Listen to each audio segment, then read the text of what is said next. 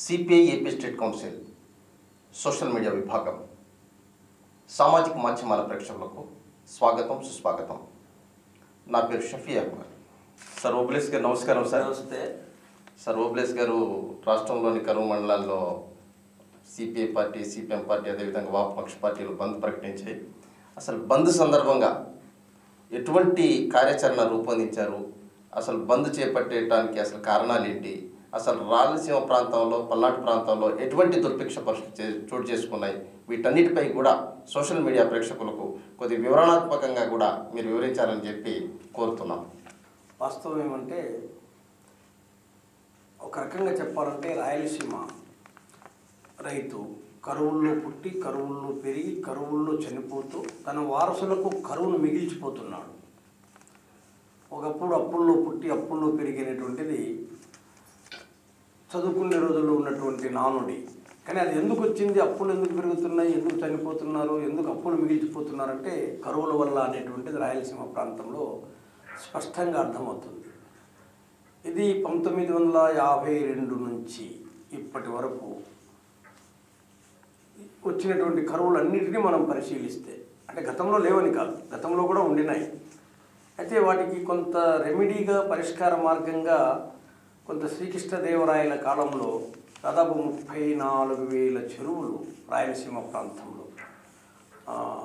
నీటి సౌకర్యం కలిగి, ఇరిగేషన్ సౌకర్యాలు కలిగి రైతులు పంటలు పండించుకునేటువంటిది. అందుకే రాయలేలిన సీమ రతనాల సీమ అని చెప్పారు రాయలసీమలో. అటువంటి కాలువలు, నీటి వ్యవస్థ సమగ్రంగా ఉన్నటువంటి కాలక్రమంలో అవన్నీ పడుబాడిపోయి నీళ్లు లేనటువంటి పరిస్థితి, చెరువులన్నీ పూడిపోయినటువంటి పరిస్థితి, ఋతుపవనాలలో కూడా తేడా వచ్చింది. ఇది ఈ పెట్టుబడిదారీ నాగరికత పెరిగే కొద్దీ, ఈ అసమతౌల్య అభివృద్ధి జరిగే కొద్దీ వాతావరణంలో కూడా మార్పులు రావడము సహజమైపోయింది. అందువల్ల ఋతుపవనాలు కూడా సరిగ్గా రాయలసీమ ప్రాంతాన్ని తాకడం లేదు. ఈశాన్య ఋతుపవనాలు వస్తే అంతవరకు నెల్లూరు వరకు, ఆ దగ్గర వరకు వచ్చి ఆగిపోయేటువంటి తుఫానులు ఈశాన్య ఋతుపవనం. నైరుతి ఋతుపవనాలు వస్తే ఆ పడమటి కనుమల్లో పైన బెంగళూరు, మంగళూరు, ఆ పరిసర ప్రాంతాల్లో అక్కడే ఆగిపోయి పరిమితమై. అందులో ఇది ప్రాంతం అయితే ఉందో రాయలసీమ, అది చాలా క్షామ ప్రాంతంగా, దుర్భిక్ష ప్రాంతంగా, కరువు పీడిత ప్రాంతంగా తయారైపోయింది. ఇది బ్రిటిష్ వాడి కాలంలో కూడా దీనికి ఒక అన్యాయం జరిగింది. ఎందుకంటే షీడెడ్ జిల్లాల పేరుతో, దత్తమండలాల పేరుతో బ్రిటిష్ వాళ్ళు దీన్ని నైజాంకు అమ్ముకోవడం జరిగింది. నైజాం దాన్ని బ్రిటిష్ వాళ్ళకి ఇవ్వడం జరిగింది. దాని నుంచి కొంత నిర్లక్ష్యం చూపబడింది. సరే, ఆ తర్వాత మన స్వపరిపాలన వచ్చిన తర్వాత, మన నాయకులే పరిపాలనకు వచ్చిన తర్వాత మరింత తీరని అన్యాయం జరిగింది. ఎందుకంటే సిద్ధేశ్వరము గండికోట ప్రాజెక్టు నాగార్జున సాగరు నందికొండ ప్రాజెక్టుకు తోడుగా, దానితో సమానంగా సిద్ధేశ్వరము గండికోట ప్రాజెక్టు నిర్మిస్తామని చెప్పారు. అది నిర్మించలేదు. దానికన్నా ముందు కృష్ణా పెన్నార్ ప్రాజెక్టుని రూపకల్పన చేసి ఉన్నారు. అది జరిగితే రాయలసీమ జిల్లాల్లో దాదాపు ఒక 13.5 లక్షల ఎకరాలు నీటిపారుదల అవకాశం ఉండేటువంటి. కానీ ఆ రోజు ఉన్నటువంటి వాళ్ళంతా కృష్ణానదిలో భాగం లేని, హక్కు లేని తమిళనాడు రాష్ట్రానికి, ఉత్తర ఆర్కాడ్, దక్షిణ ఆర్కాడ్ జిల్లాలకు ఎక్కువ నీళ్లు పోతాయి, అందులో మనం కృష్ణా పెన్నారుకు బదులుగా సిద్ధేశ్వరం గండికోట కోరుకుంటే బాగుంటుంది, ఈ రాష్ట్రానికి ఇక్కడే ఉంటుంది అని చెప్పి పెద్దలు ఆ రోజుల్లో ఆలోచన చేశారు. కానీ నాగార్జున సాగర్ పూర్తయింది, అది సిద్ధేశ్వరం గండికోట ప్రాజెక్టు అటకెక్కింది. నాగార్జున సాగర్ ప్రాజెక్టు పూర్తయిన తర్వాత, లేకపోతే ఒకప్పుడు శ్రీనాథ మహాకవి ఇక్కడే చెప్తాడు, సిరిగలవాడికి చెల్లును 16,000 పడదు, తెరిపె మనకు ఇద్దురాన్రా, గంగను వదులు పార్వతి చాలు, నువ్వు పార్వతిని పెట్టుకోవయ్యా, గంగను నాకు వదిలిపెట్టు అని శ్రీనాథుడు చెప్పాడు. రాయలసీమ ప్రాంతానికి ఆయన పల్నాడు ప్రాంతం, శ్రీనాథుడు పల్నాడు, ఈ పల్నాడు ప్రాంతం శ్రీశైలం పక్కన పైన ఉన్నటువంటిది. అందువల్ల అటువంటి నాగార్జున సాగర్ ప్రాజెక్టు వచ్చిన దానివల్ల ఇవాళ కృష్ణా, గుంటూరు, తెలంగాణ జిల్లాల్లో కొన్ని ప్రాంతాల్లో దాదాపు 35 లక్షల ఎకరాలు సాగులోకి వచ్చేసింది. నాగరికత పెరిగిపోయింది, రైతుల పరిస్థితి బాగుపడింది, పరిస్థితుల్లో మార్పు వచ్చింది. అందువల్ల ఇది పెట్టుబడిదారీ విధానంలోకి త్వరగా అడుగుపెట్టింది, అభివృద్ధి చెందిన ప్రాంతంగా తయారైపోయింది. అభివృద్ధి చెందిన ప్రాంతం కనుకనే కదా రైల్వేస్ కావచ్చు, లేకపోతే ఇంకోటి అన్ని రకాల సౌకర్యాలు, రోడ్వేసు, రైల్వేసు, సినిమా పరిశ్రమ, పేపర్ పరిశ్రమ, రకరకాల పరిశ్రమలు అంతా వచ్చే నాగరికత పెరిగిపోయింది. వేరే రాయలసీమ అటువంటిది ఏమీ లేదు కాబట్టి అక్కడ పుట్టినటువంటి వాడు వలసలు పోయి బ్రతుకోవాల్సిన పరిస్థితి. ఒక రకంగా చెప్పండి, ప్రభుత్వ గణాంకాల ప్రకారంగానే 2015 లెక్కల ప్రకారంగా ఒక్క అనంతపురం జిల్లాలోనే 4.5 లక్షల మంది వలసలు పోయారు ఈ మధ్య 2015. మరి ఈ 16-17 సంవత్సరాల్లో కూడా విపరీతంగా వలసలు పోయారు. అందువల్ల మొన్నటి వరకు ప్రతి 3 ఏళ్లకు 2 కరువులు వచ్చేవి, ఇప్పుడు ప్రతి సంవత్సరం కరువులే. దాని నిదర్శనం ఏమంటే ప్రభుత్వమే డిక్లేర్ చేసింది. పోయిన సంవత్సరము రాయలసీమ జిల్లాల్లో ఉన్నటువంటి అన్ని మండలాలు కరువు మండలాలు, ఈసారి కూడా అన్ని. కడపలో 50 మండలాలు కరువు మండలాలే, అనంతపురంలో 64 మండలాలు కరువు మండలాలే, చిత్తూరులో 40 మండలాలు కరువు మండలాలే, కర్నూలు అన్ని కరువు మండలాలే. ఈసారి ఇంకో భయంకరమైన దుస్థితి ఏమంటే ఈసారి వాస్తవానికి రాయలసీమలో సగటు వర్షపాతం చాలా తక్కువ, 550 నుంచి 600 లోపే ఉంటుంది. 550 మిల్లీమీటర్ల వర్షపాతం ఉన్నటువంటి దుర్భిక్ష ప్రాంతాలని లెక్క. రాయలసీమలో అనంతపురము, కర్నూలు, కడప ఇవంతా 550 మిల్లీ, ఒక చిత్తూరులో 600 వరకు ఉంటుంది. కానీ వేరే నెల్లూరు, ప్రకాశము ఈ జిల్లాల్లో సగటు వర్షపాతం 800 నుంచి 1000 మిల్లీమీటర్ల వరకు ఉంటుంది. కానీ ఈసారి దుర్భరం ఏమంటే ప్రకాశము, నెల్లూరు జిల్లాలో కూడా రాయలసీమ కన్నా తీవ్రమైనటువంటి కరువు పరిస్థితులు ఏర్పడినాయి. అంటే రాష్ట్రంలో 13 జిల్లాల్లో 6 జిల్లాలు, రాష్ట్రంలో 680 మండలాలలో 385 మండలాలు కరువు మండలాలుగా ప్రభుత్వమే ప్రకటించిన తర్వాత ఇప్పుడు అక్కడ రైతాంగ పరిస్థితి ఎట్లా ఉంటుంది, పశుపక్షాదుల పరిస్థితి ఎట్లుంటుంది, ఇతర ప్రజల యొక్క జీవన ప్రమాణాలు ఎట్లా పెరుగుతాయి, వాళ్ళు ఏం తిని బ్రతకాలి, ఎట్లా బ్రతకాలి, అందులో ఇది ఒక పెద్ద భయంకరమైనటువంటి అర్థం కాని వాస్తవం. ఎందుకంటే ఒక రకంగా చెప్పాలంటే డార్వినిజంలో చెప్పినట్లుగా స్ట్రగుల్ ఫర్ ఎగ్జిస్టెన్స్, మనుగడ కోసం పోరాటం. అందులో మామూలుగా అయితే చలికాలం దోమలు పొట్ట పగిలిసి వస్తాయంటారు, కానీ ఇప్పుడు చావడం లేదు దోమలు కూడా. బ్రతుకుదెరువు కోసం అవి నిలబడి జీవించేది నేర్చుకున్నాయి, మనిషి రక్తం తాగేది నేర్చుకున్నాయి. అట్లే భయంకరమైన కరువులు వచ్చినా కూడా ఆ కరువులకు నిలదొక్కుని ఒక్క పూట తిండి దొరికిదా చాలు, ఈతకాయ గింజలతో, కాఫీ విత్తనాలతో, లేకపోతే బందారాకు అంటారు, అటువంటి ఆకులు అలుములు తినేనా సరే బ్రతకాలనేటువంటి పరిస్థితికి రాయలసీమ ప్రాంత ప్రజలు వచ్చారు. కాబట్టి కరువులకు తట్టుకొని నిలబడుతున్నారు తప్ప ప్రభుత్వాలు ఆదుకునేటువంటి పరిస్థితి వల్ల కాదు. అందులో ఇది ఒక భయంకరమైనటువంటి పరిస్థితి. నన్ను అడిగితే ఈ పరిస్థితికి ప్రధానమైనటువంటి కారణం పాలకవర్గాల నిర్లక్ష్యమే. పాలకవర్గాల నిర్లక్ష్యం. ఎందుకంటే పాలకులకు ఆ చిత్తశుద్ధి ఉండింటే ఎప్పుడు 1970 దశకంలో ప్రారంభించినటువంటి తెలుగు గంగ ప్రాజెక్ట్ ఇప్పటికీ పూర్తి కాదా, 1982లో ప్రారంభించినటువంటి గాలేరు నగిరి గండికోట ఇప్పటికి పూర్తి కాదా, 1986లో ప్రారంభించినటువంటి హంద్రీ నివా ఇప్పటికి పూర్తి కాదా, అంటే 30-40 సంవత్సరాలు అయిపోయింది. ఆ ప్రాజెక్టులన్నీ పూర్తయింటే రాయలసీమ ప్రాంతంలో కృష్ణానదికి ఎగువ ప్రాంతాల నుంచి వచ్చేటువంటి వర్షం, కర్ణాటక, మహారాష్ట్ర నుంచి వచ్చే వర్షం ప్రతి సంవత్సరము సగటున 1000 టీఎంసీల నీళ్లు సముద్రంలో కలిసిపోతున్నాయి. వృధా కాకుండా వాటిని ఆ ప్రాజెక్టుల కింద నిల్వ చేసి ఉండింటే ఒక్క పంటకు నీళ్ళు ఇచ్చినా రాయలసీమ ప్రాంత ప్రజలు సుభిక్షంగా బ్రతుకుతారు. అందులో అక్కడ సాహిత్యంలో కూడా దండిగా కథలు వచ్చాయి, దండిగా నవలలు వచ్చాయి. కేతి విశ్వనాథ్ రెడ్డి ఒక వాన కురిస్తే చాలు, సన్నపరెడ్డి వెంకట్రామరెడ్డి ఒక్క వాన వస్తే చాలు నవలు. ఎందుకంటే రైతాంగం యొక్క దుర్భర పరిస్థితులను సాహిత్యీకరించి ప్రజల్లో ఆ ప్రాంతానికి సంబంధించినటువంటి ప్రాసంగికత ఎట్లుంది, జనం ఎట్లా అవస్థపడుతున్నారనేటువంటితో వాళ్ళ కలవరింత అంతా కరువులు, రైతాంగం అనేటువంటి పరిస్థితికే వచ్చేసింది. ఇవైందంటే కేసీ కెనాల్, లేకపోతే ఈ ఎస్ఆర్బిసి, ఈ నదులు అన్నీ, ఈ ఆనకట్టలన్నీ పూర్తయిందంటే ఈ ప్రాంతం ఎప్పుడో బాగుపడేది. కానీ దురదృష్టం ఏమంటే పాలక వర్గాలు పెట్టుబడిదారీ విధానంలో అభివృద్ధి అనేటువంటిది అభివృద్ధి చెందిన ప్రాంతాలకే ప్రయాణం చేస్తుంది, వెనుకబడిన ప్రాంతాలను సరిగ్గా దృష్టిలో పెట్టుకుంది. ఎందుకంటే వాడికి అక్కడ వనరులు ఉండవు కాబట్టి వాడికి లాభాలు కావాలంటే అక్కడికి పోతాడు. అందులో పెట్టుబడిదారీ నాగరికతలో అంతర్భాగంగానే మన పాలక వర్గాలు కూడా అభివృద్ధి చెందిన ప్రాంతాలపైన దృష్టి కేంద్రీకరిస్తున్నాయి. నేను వ్యతిరేకం కాదు, మీరు ఒకసారి ఆలోచించండి. గోదావరి ఒకే నది, ఒకే నదిలో 3 ఎత్తిపోతల పథకాలు ప్రారంభించారు. అంటే సాగునీటికి తాగునీటికి ఇబ్బంది లేని ప్రాంతంలో తాడిపూడి కావచ్చు, లేకపోతే ఇంకొక ప్రాజెక్టు కావచ్చు, ఈ 2-3 ప్రాజెక్టులు ఈ మధ్య కాలంలో మన చంద్రబాబు నాయుడు గారు ఇది చేశారు. మరి ఆ ప్రాంతంలో అన్ని చేసినప్పుడు వెనుకబడిన ప్రాంతాల అభివృద్ధి కోసము అటువంటి ఎత్తిపోతల పథకాలైనా ఎందుకు చేయకూడదు? నీళ్లు లేవనుకో, కృష్ణానది నుంచి తీసుకోవచ్చు, గోదావరి నుంచి తీసుకోవచ్చు. ప్రభుత్వం డబ్బులు ఖర్చు పెడితే సాధ్యమవుతుంది. చైనాలో చేశారు కదా, ఇజ్రాయిల్లో చేశారు కదా, ఇంకో చోట చేశారు కదా, సైబీరియా ఎడారిలో చేశారు కదా, తార ఎడారిలో చేశారు కదా. అందులో మనసుంటే మార్గం ఉంటుందని పాలకులకు చిత్తశుద్ధి ఉందంటే కరువులను నివారించి ప్రజానీకాన్ని ఆదుకోవడానికి కావలసినటువంటి భౌతిక పరిస్థితులు భారతదేశంలో కూడా దండిగానే ఉన్నాయి. కానీ దానికి రాజకీయ చిత్తశుద్ధి లోపించిన దానివల్లనే కరువులుగానే వస్తున్నాయి. కరువు ప్రాంతాల ప్రజలు మగ్గిపోతూనే ఉన్నారు. వెనుకబడిన ప్రాంతాలు ఉండడం అనేటువంటిది ఈ పాలకులకు ఒక రాజకీయ లబ్ధి కోసం ఉపయోగపడేటువంటి అంశంగానే ఉంటా ఉంది. లేకపోతే ఎట్లా సాధ్యమవుతుందండి? ఇంత భయంకరంగా ఒక ప్రాంతం అంతా రాష్ట్రంలో అంతర్భాగము, ఒక ప్రాంతం 385 మండలాలలో కరువు వస్తే నీవు దాన్ని ఎట్లా సహిస్తావు?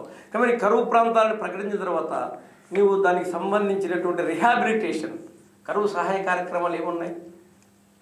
According to famine code British వాడు తయారు చేసిన ఫ్యామిన్ కోడ్ ప్రకారంగానైనా కరువు వస్తే కరువు పనులు కల్పించాలి, ప్రజలు వలసలు పోకుండా కాపాడాలి, తిండి పెట్టాలి, గంజి కేంద్రాలు ఏర్పాటు చేయాలి, పశువులకు మేత ఇవ్వాలి, సబ్సిడీ మీద ఇతర రకాల సదుపాయాలు కల్పించాలి, విత్తనాలు ఎరువులు కల్పించాలి, ప్రజలు ఆదుకోవాలి. అవన్నీ ఎక్కడ ఉన్నాయి? పనులు ఇచ్చేటువంటిది లేదు. గ్రామీణ ఉపాధి హామీ పథకం అని ఒకటి వచ్చింది. అది 100 రోజులు 150 రోజులు కూడా పనిచేటువంటి పరిస్థితి లేదు. ఇప్పుడు దాన్ని కూడా నీరు కార్చి వ్యవసాయానికి అనుసంధానం పేరుతో ఇబ్బంది పెడుతున్నాం. అందువల్ల ఇది పాలక వర్గాలు సృష్టించినటువంటి కరువులు.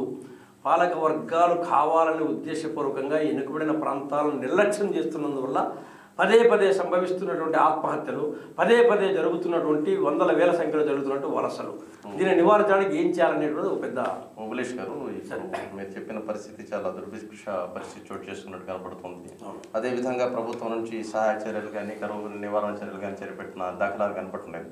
ఏదైతే బంద్ రేపు జరగబోతుందో కరువు మండలాల్లో, ఆ బంద్ ఏ రీతిని జరుగుతుంది, దాని మీదటువంటి కార్యాచరణ ఏ విధంగా వామపక్ష పార్టీలు రూపొందించాయి?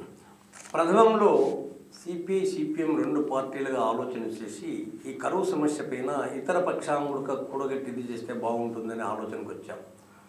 దాంట్లో అంతర్భాగంగానే నిన్న 17వ తారీఖున కర్నూలులో అన్ని ప్రజా సంఘాలు, ఇతర రాజకీయ పార్టీలు, వామపక్ష పార్టీలే కాకుండా లోక్సత్తా, తర్వాత జనసేన, ఇటువంటి పార్టీలలో కూడబలికి అందరితో కలిసి ఒక రౌండ్ టేబుల్ సమావేశం పెద్ద ఎత్తున జరపడం జరిగింది కర్నూలు. అక్కడ వచ్చినటువంటి ఏకాభిప్రాయం మేరకే రాయలసీమ, ప్రకాశం, నెల్లూరు ఈ 6 జిల్లాల్లో బంద్ పాటించాలని చెప్పేసి పిలిపివ్వడం జరిగింది. ఆ సమస్య పైన నిన్న కూడా మళ్ళీ ఒక 9 వామపక్ష పార్టీలు దాసరి భవన్లో సిపిఐ ఆఫీసులో సమావేశం కావడం జరిగింది. నేను కూడా ఆ సమావేశంలో పాల్గొన్నా. అందులో రేపు జరిగేటువంటి ఈ బంద్కు అన్ని ప్రాంతాల నుంచి రైతాంగము, గ్రామీణ కార్మికులు పెద్ద ఎత్తున సహకరించాలా, కలిసి రావాలని చెప్పేసి, వర్తక వాణిజ్య వ్యాపార విద్యా కేంద్రాలు కూడా సహకరించాలని చెప్పేసి పిలుపుకోవడం జరిగింది. విస్తృతంగా జిల్లాలలో ఈ పార్టీలు, ప్రజా సంఘాలు ప్రచారం చేస్తున్నాయి, రౌండ్ టేబుల్ సమావేశాలు పెడుతున్నాయి, ప్రదర్శనలు జరుపుతున్నారు, సభలు సమావేశాలు జరుపుతున్నారు. రైతాంగం కూడా సిద్ధంగా ఉంది. ఎందుకంటే ప్రకటిస్తున్నారు కరువు ప్రాంతాలని, దానికి సహాయం చేసేటువంటి పరిస్థితి లేదు. నీళ్లు ఇస్తున్నామంటున్నారు, నీళ్ళు వచ్చినటువంటి పరిస్థితి లేదు. ఎన్నికల కోసమే నీళ్ళు ఇచ్చినట్లు నటిస్తున్నారు. అదే జరిగింది హంద్రీనీవా కింద అనంతపురం జిల్లాలో, అదే జరిగింది గండికోట ప్రాజెక్టు కింద అదే పరిస్థితి. ఇప్పుడు నీళ్ళు లేవు, నీళ్ళు ఉండినా పొలాలకు నీళ్ళు ఇచ్చే పరిస్థితి లేదు. కరువు సహాయ కార్యక్రమాలు అసలే లేవు, కరువు కార్యక్రమాలు. అందులో ఈ పరిస్థితుల్లో పెద్ద ఎత్తున చాలా నిర్ణయించాం. మరి రేపు రైతులంతా ట్రాక్టర్లతో, ఎద్దుల బండ్లతో కూడా వచ్చి జాతీయ రహదారులు దిగ్బంధనం చేస్తారు, బంద్లో పాటిస్తారు, బంద్లో పాల్గొంటారు. ప్రభుత్వానికి కళ్ళబల్లి మాటలు చెప్పేటువంటి పరిస్థితి కాకుండా ఆచరణలో నిర్దిష్టంగా ఎంత సాధ్యమైతే ఆ మేరకు ప్రకటించాలి. నువ్వు చెప్పిన తర్వాత చేయాలి కదా. ఇప్పుడు మీరు ఏ డిమాండ్ కోరుకుంటున్నారు? కరువు సందర్భంగా, ఈ బంద్ సందర్భంగా ప్రభుత్వం ఏ డిమాండ్లు నెరవేర్చాలనే ఆలోచనతో మీరు? తక్షణమే మేము కరువు సహాయ కార్యక్రమాల కింద ఈ వలసలు నివారించాలి. వలసలు నివారించాలంటే అందరికీ పనులు కల్పించాలి. ఆ కరువు పనులు చేయమని చెప్తున్నాం. నీవు ఆ పనులన్నీ పచ్చచొక్కా సోదరులకి ఇస్తున్నావు, మిగతా వాళ్ళకి ఇచ్చేటువంటి పరిస్థితి లేదు.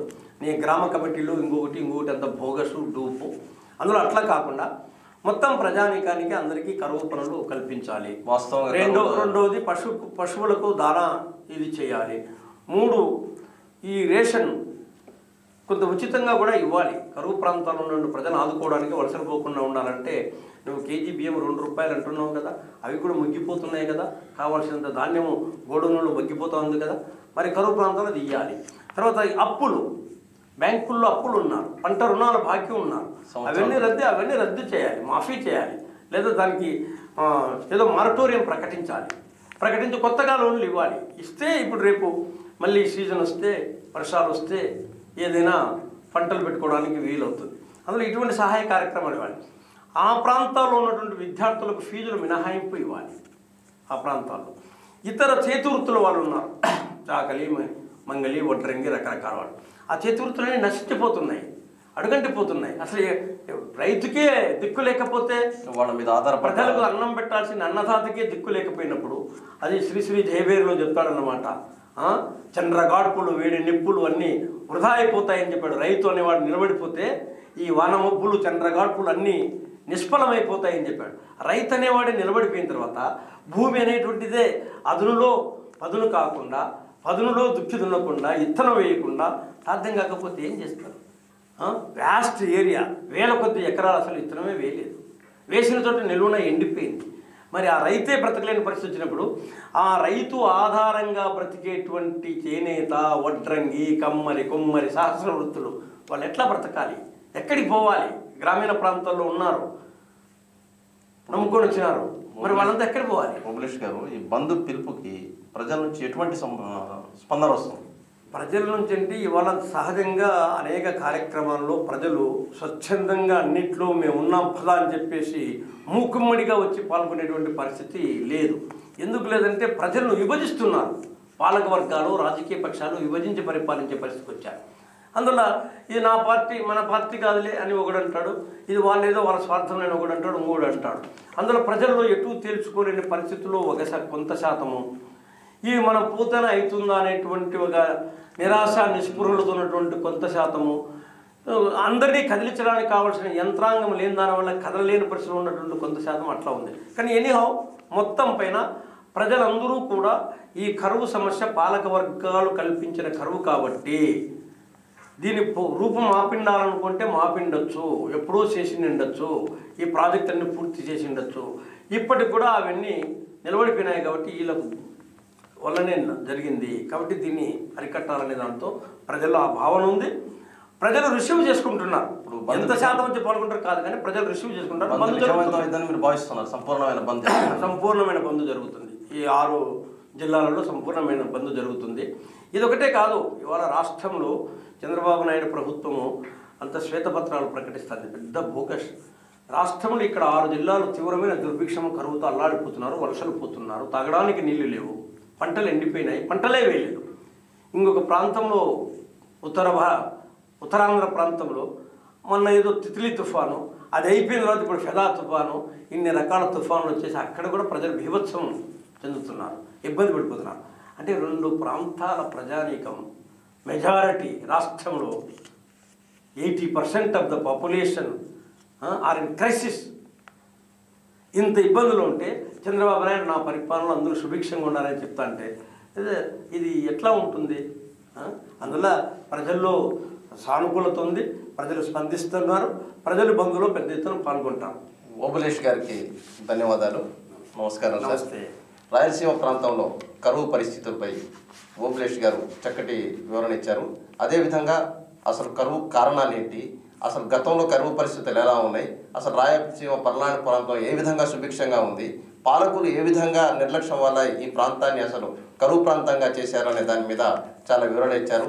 అదేవిధంగా అక్కడ ప్రాజెక్టులు నిర్మించకుండా ప్రజల్ని మభ్యపెడుతూ ఎలా కాలం నెట్టుకొస్తున్నారనే అంశం కూడా చెప్పారు. మొత్తం మీద వామపక్షాల ఆధ్వర్యంలో రేపు 28వ తారీఖున కరువు బంద్ ఏదైతే విజయవంతం అవుతుందన్న ఆశాభావాన్ని వ్యక్తం చేశారు. అదేవిధంగా కరువు సంబంధించిన అంశాలు కూడా వివరించి ఇంత చక్కటి విశ్లేషణ ఇచ్చినందుకు ఓబులేష్ గారికి మరోమారు ధన్యవాదాలు, నమస్కారం.